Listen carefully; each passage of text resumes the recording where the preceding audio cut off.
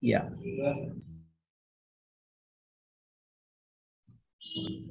Yeah. So today our topic is on bridging learning gap. So before I get on to the topic, let me share my thoughts about this learning gap. See, right from it's not now that learning gap has posed as a big problem in learning. We attribute it to COVID that you know, but even before it was a problem which is always associated with uh, learners, especially those who were finding difficulty in learning any topic. So one key understanding is that whenever we are learning something, the prerequisite knowledge is the one which actually helps us learn faster or help us learn the concept properly.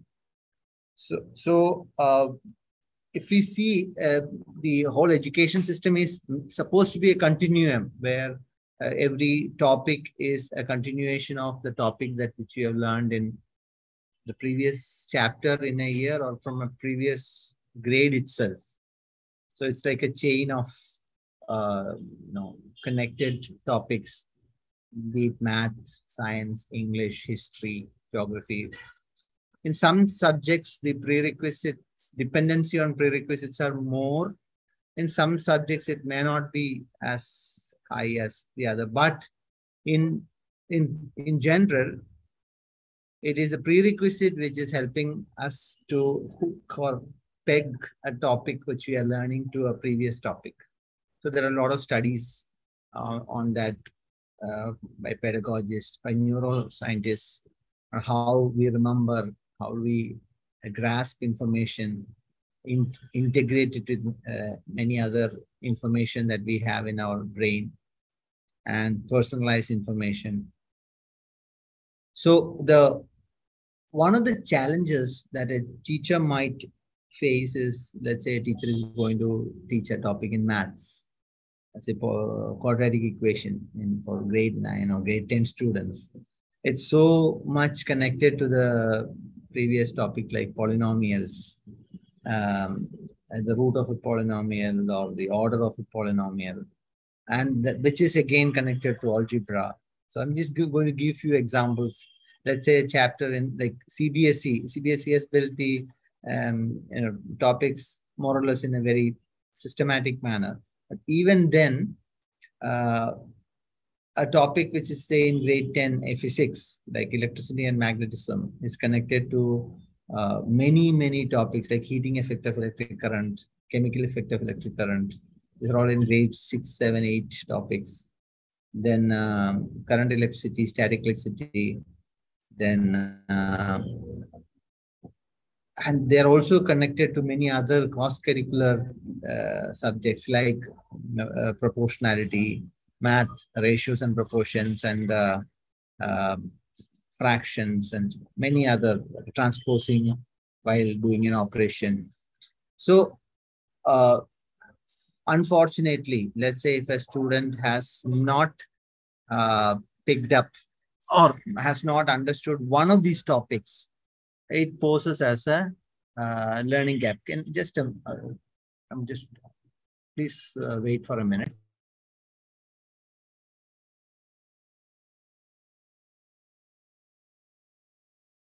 Yeah, so that can be a learning gap if they have not understood a topic very well. Now, why did this topic gain a lot of significance in the last 2 years? Is primarily because children couldn't go to school. So there was no physical, I mean, the last 2 years, the physical classroom teaching was limited to maybe a month or 2 months during the COVID period, COVID time. So many of these topics which are taught in during that time, the teacher may not have got a hang of their understanding because all the while we have been used to teaching in physical classrooms.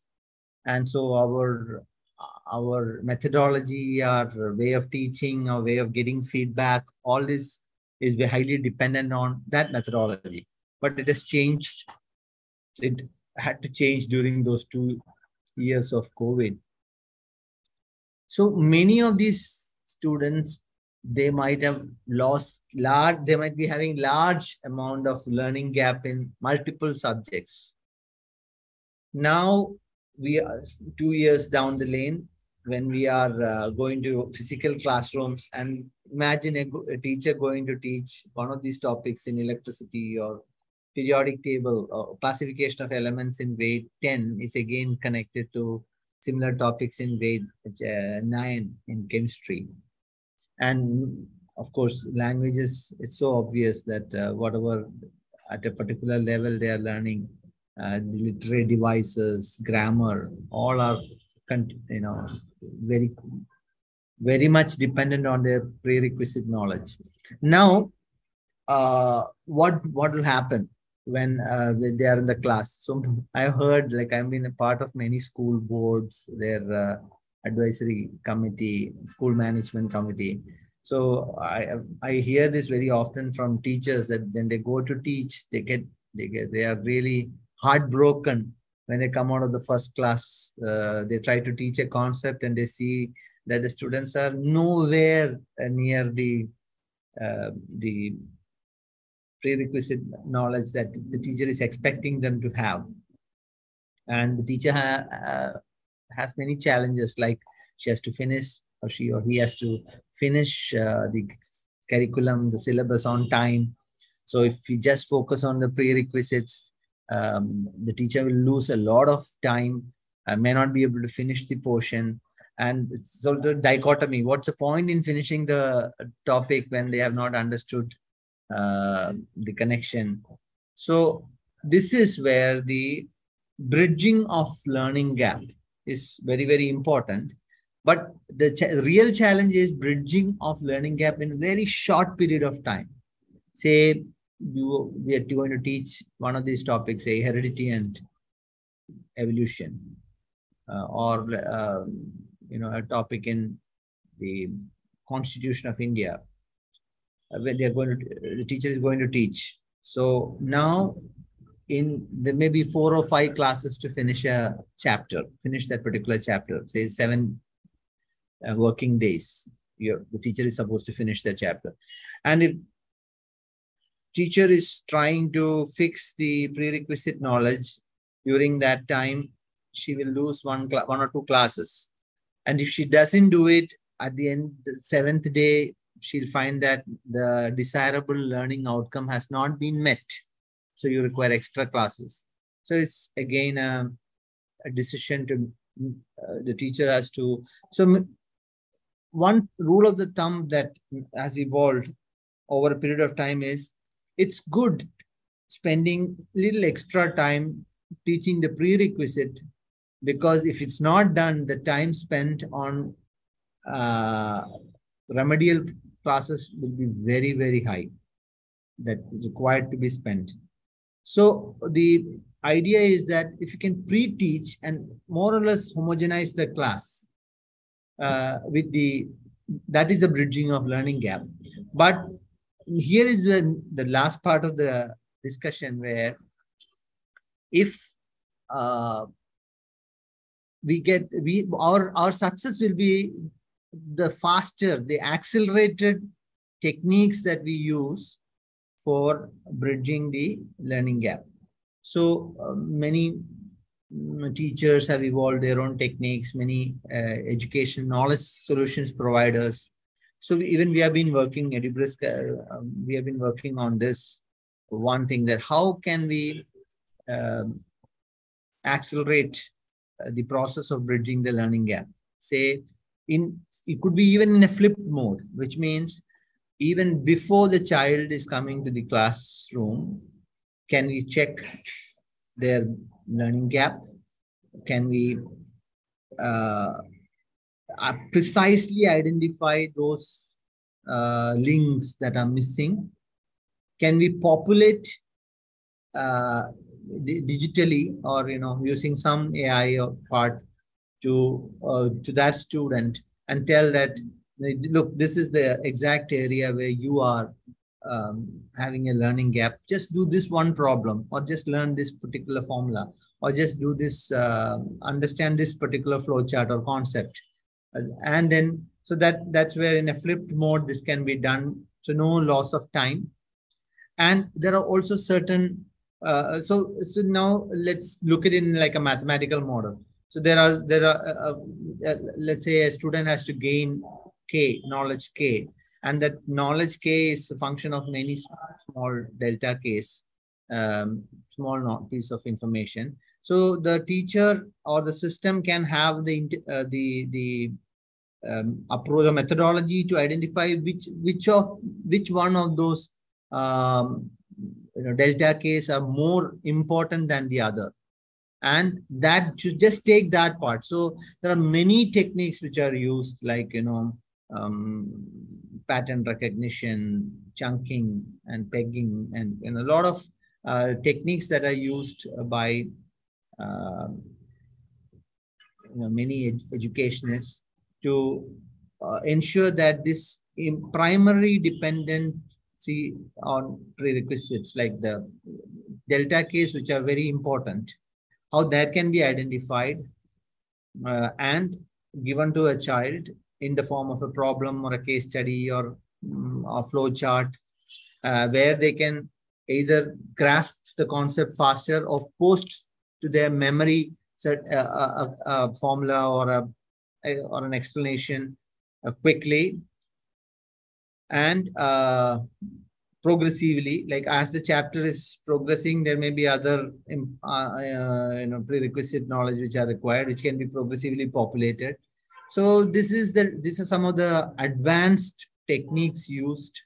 So these techniques are like, the analogy is more like a doctor was doing a surgery, like a doctor was doing a surgery in the 1970s or 1980s, and a doctor was doing the same type of surgery in 2020. Basically, the same doctors were doing it, but they had the instruments in their hands are different. Like instead of a scalpel, somebody may be using a laser beam. Similarly, and also before an operation, we are doing a ultrasonic scan or CT scan or MRI to locate the exact problem area. So similarly, we can run certain diagnostic tests and identify the exact learning gaps, and also understand those learning gaps which are more important. It's important to fill those learning gaps than the others. So prioritize and populate digitally this content, and give some memory techniques and certain principles like chunking certain information. When a group together, it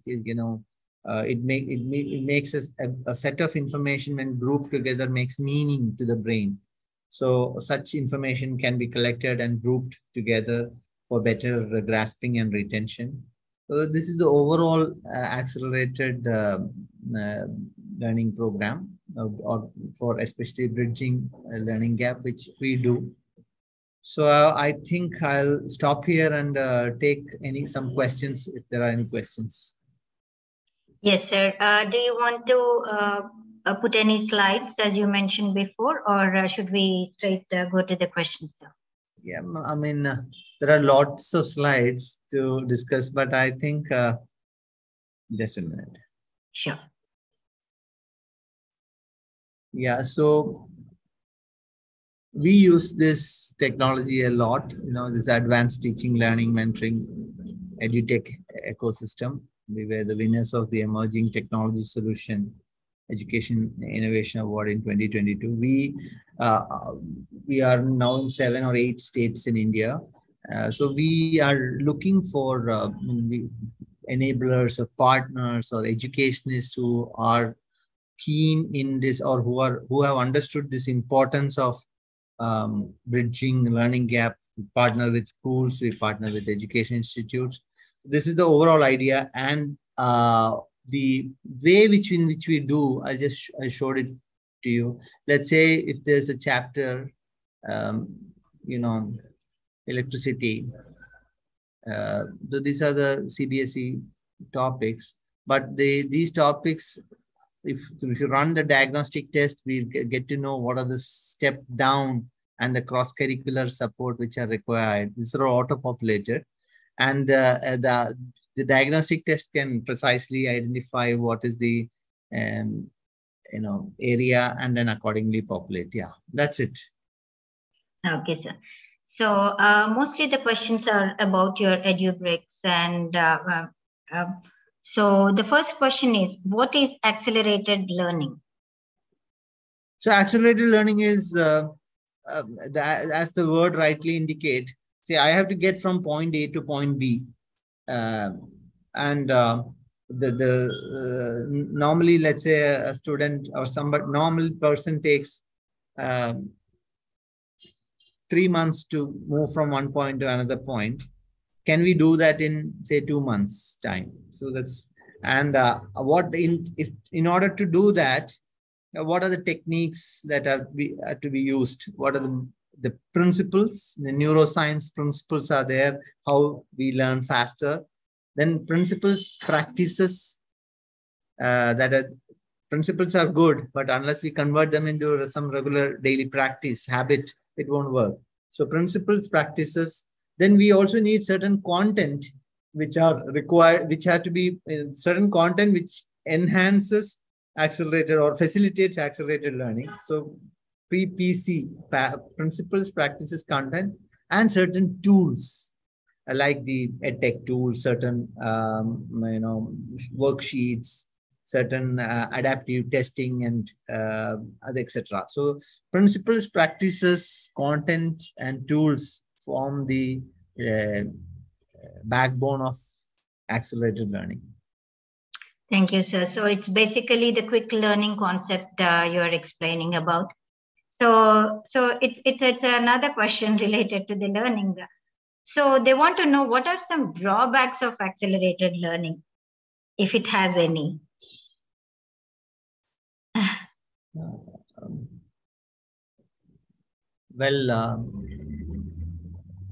As far as I can think, like, on a highway, if you have accelerated driving, there's a danger of,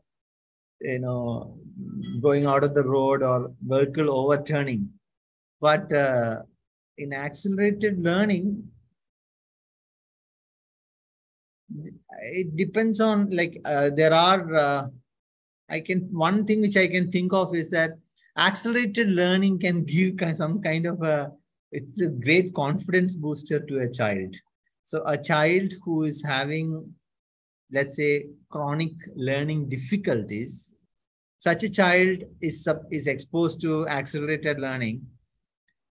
In very short period of time, they can taste success. And I have seen that some children, they become overconfident. And so the focus in accelerated learning, the focus is not so much on the effort. It is effort, but it's more on the right technique, using the right techniques to learn. That's the focus. So the only problem I can see is that if we simply focus on accelerated learning alone, and do not convert them into habit formation, and in terms of habit, and in terms of putting consistent effort, they can become complacent. Yeah. Since you asked me, I got to dig one and find out. But right, sir. I guess applying the right technique, when you compare to the learning with driving, I think the right technique need to be implemented in learning. Whatever we learn, then it gives us the proper result. I agree with you. So, sir, what prompted you to start EduBrisk? Oh, I see. When I was a scientist in DRDO, or I was a naval officer, then I shifted as a commander to the DRDO as a senior scientist. Then while my son was in 11th and 12th, I noticed that he was having extreme learning difficulties due to many reasons. But the one interesting thing I observed is I found is intelligent, but is not able to convert and them into tangible progress in performance swing in academics. So that was a time when I was working supporting him, I left DRDO to become to support him. And before that, a few months before I left DRDO, I also became a teacher, just to get a hang of it, a Montessori teacher, just to get a hang of how the teaching and learning is done in a regular classroom environment.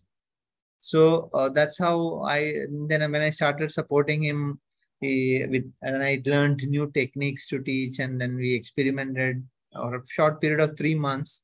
But the result was very, I must say, very, very encouraging. It was astounding result. So then I tried it out on other children with learning difficulties in 2014-15. Then again saw that some of them went on to perform extremely well. A few of them went on to become quiz champions and things like that. So then we gained confidence that yes, it does work.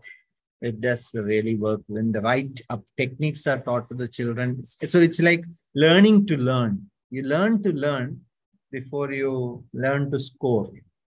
If you marks. So if you use the right techniques, it's like putting the effort at the right point. Like, in physics, there's this principles of lever. They say the whole mechanical advantage is in putting the effort in the right place and the fulcrum at the right place. So fulcrum would be the mind, and the right place where the effort is put is the right technique. Right, sir. Interesting journey, sir, of yours. So related to that, what is the importance of a child's mental health in education, sir? Oh, I mean, I'm a white child. Everybody, I think mental health is the most, it's most important. And I'm glad to note that a lot of groups have come out, and now we are discussing this. I think the right mental disposition, stress can be, a mild stress is said to be good for learning, mild. In the sense, it's like a brain gym. You take a little more weight than what your hand can comfortably take. So then the muscles build up. So similarly, a little more than what you can normally study, then the brain becomes, it's like a gym for the brain. But too much of stress is very damaging. So the stress can be in so many ways, and whatever be the cause, stress by definition is something which is forced from outside, but what the reaction within the object. So similarly, the stress, whatever be the trigger, but if the child doesn't know how to absorb it, they do not have the life skill to take it in the right way, then the whole education and the process of learning, which is supposed to be very joyous and it should be a celebration of knowledge. Technically, if you look at it and also see a lot of studies on that, like Benedict Carey says in How We Learn, that actually learning is as addictive as chocolates. And we also have experience, many of us who are listening to this, we know when we were a child, we would get some puzzles or something, some questions, and we can't really go to sleep without solving that. I mean, so exciting.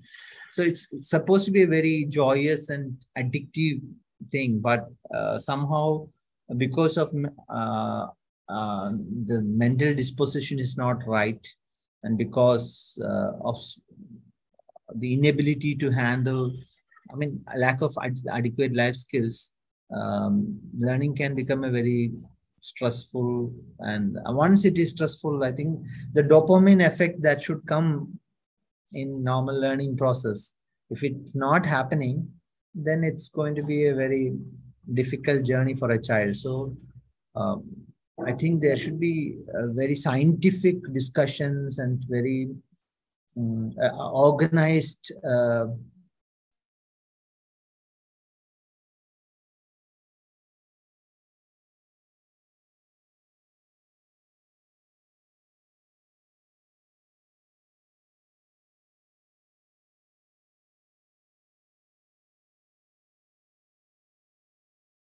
Hello, sir. Can you hear me?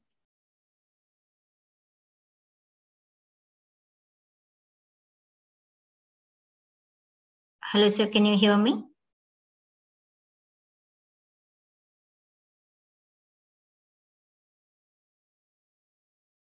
Hello.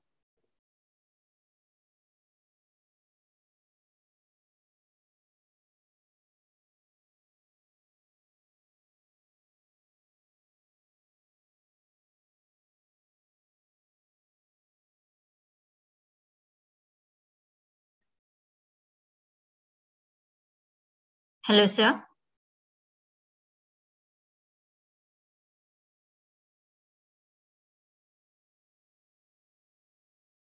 There is a technical error here. I think we need to end the meeting now. Sir, we thank you for the talk and for answering all the questions.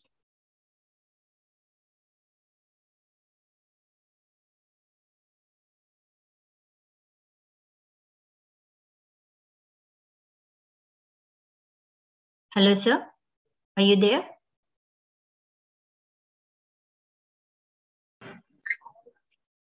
Hello. Hello. Sir, yeah. Are you there? Okay. Yeah. I think there was some problem in the middle of the session. Yes, sir. So we will move on to the next question. There are so many edutech companies today.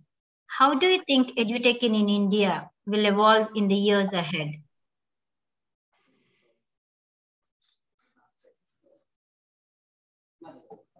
One thing is that education is a very, very, very, very vast field.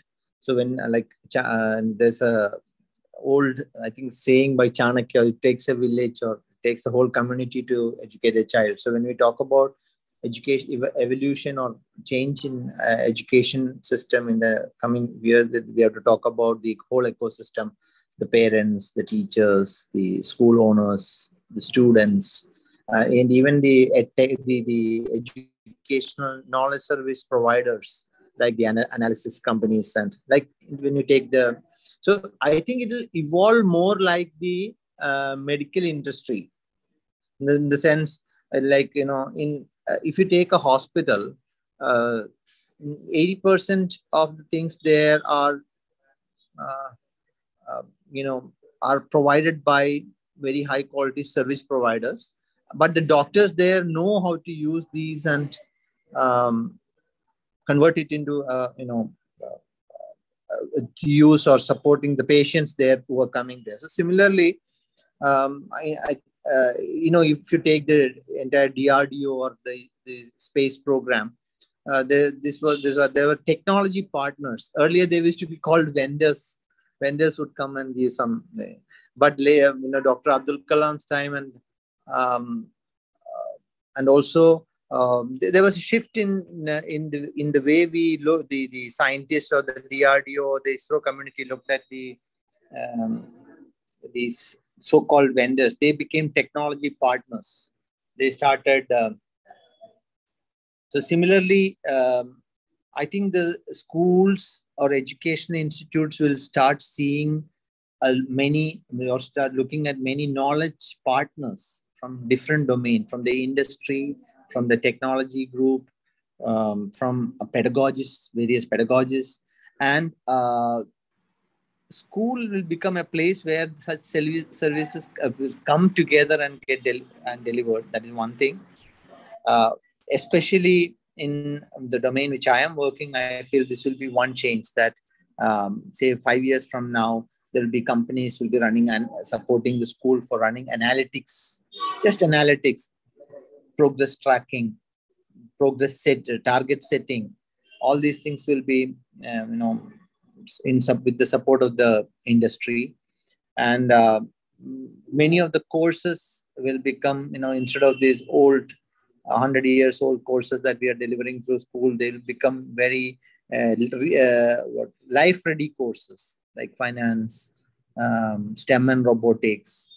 And their life ready course, which means by the time a child is completing grade 10, the child is ready to face the life. They have the basic understanding of finance. They have the basic understanding of technology and STEM, science, technology, engineering, math, and they are able to connect what they are learning to real life a lot. They are able to see what they are learning in the classroom, just outside the classroom. So which means the subjects that are being taught in the school and the way it is taught is all connecting to real life. So these are some of the changes that I am seeing very clearly with respect to the next 5 to 10 years time, especially with National Educational Policy 2020 coming in place. Okay, sir. So as edutech's improving, what role do you see for traditional teachers, sir? What should they do to remain relevant? Yeah. That's a very, very good question. The simple answer is that, the question itself has the answer that to remain relevant, they have to upskill. The reason is also known. So upskilling. But I can say some of the specific areas where it would help them very much to do upskilling. First area is, traditionally a math teacher will just teach math. Teacher will come and say polynomial, it can be expressed in the form so and so, so and so. Like that's how they teach. Or the physics teacher will come and teach today motion and laws of motion, and she'll write on the board various equations and things like that. But the first level of upskilling or upgradation of skill that the teacher is to become an integrated teacher, which means like a teacher is able to teach physics through math, or chemistry through physics, or or history through physics and English, or so like we are expecting a child to perform very well in 5 or 6 subjects in grade 10, but we are expecting a teacher to teach only one subject. So, okay, I'm fine with it. Let the teacher teach one subject, but at least they should be able to give reference to the cross-curricular content which are being taught by other teachers relevant to his or her topic. So there has to be a subject matter upskilling where the teachers are taught real life. What their subject is, they're able to connect to real life integration, cross-curricular, cultural integration, step-down integration, step-up integration. These are the first thing. The second thing is the art of differentiated teaching, or inclusive and differentiated, which means a teacher is delivering a class, a 45 minutes class, so she's delivering 30 minutes. And then there are prerequisites in the plenary part where the learning objectives are checked. But in that 30 minutes teaching, she or he should be able to teach these topics in a manner which is inclusive. The teacher is able to pinpoint and identify low achievers or middle achievers and high achievers within the class, and where is the exact learning gap for a low achiever or a middle achiever, and what sort of topics to be taught, like what we were discussing with related to bridging learning gap. But all these things require one important module or tool, that is the analytics tool. So diagnostic tools, then profiling tools to understand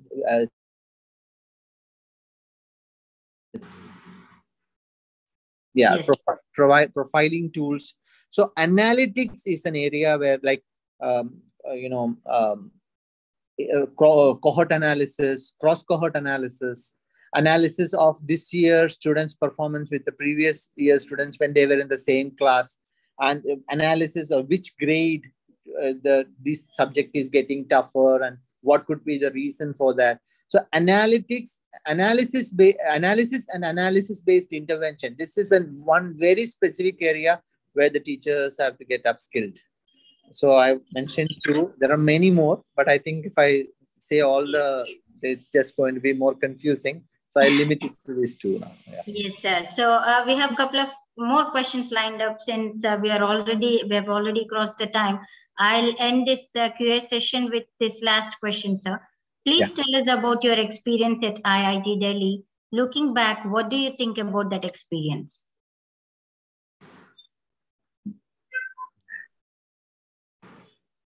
It was, I think, in such premier institutes, the best thing is that you get to see great teachers, and also you get to see friends and peers who are really knowledgeable and committed to learning.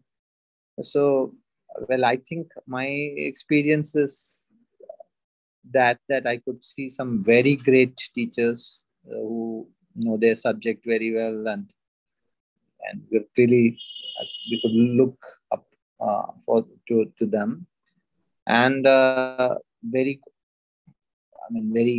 good students as well who are very intelligent. So maybe one part which I can say is that one significant part of learning is to learn from peers. That is this is something which is not so good in a very highly competitive environment. Like we are competing with the classmates, right? But in a healthy learning environment, we are actually not just competing, we are just appreciating the way they are relishing these topics, and they are their understanding. So it's more than a competitive environment. It should be a place where you are learning a lot from the peers. I think I had the good fortune to be with some great students and see how they are learning. I think that's one of the life skills, sir, right? Yeah. So thanks, sir. School Journal of Education and schoolreformer.com. Thank you for the talk and for patiently answering all the questions. We also thank the audience for participating in the event, and we would like to end the session today. Thank you, sir. Thank you. Bye.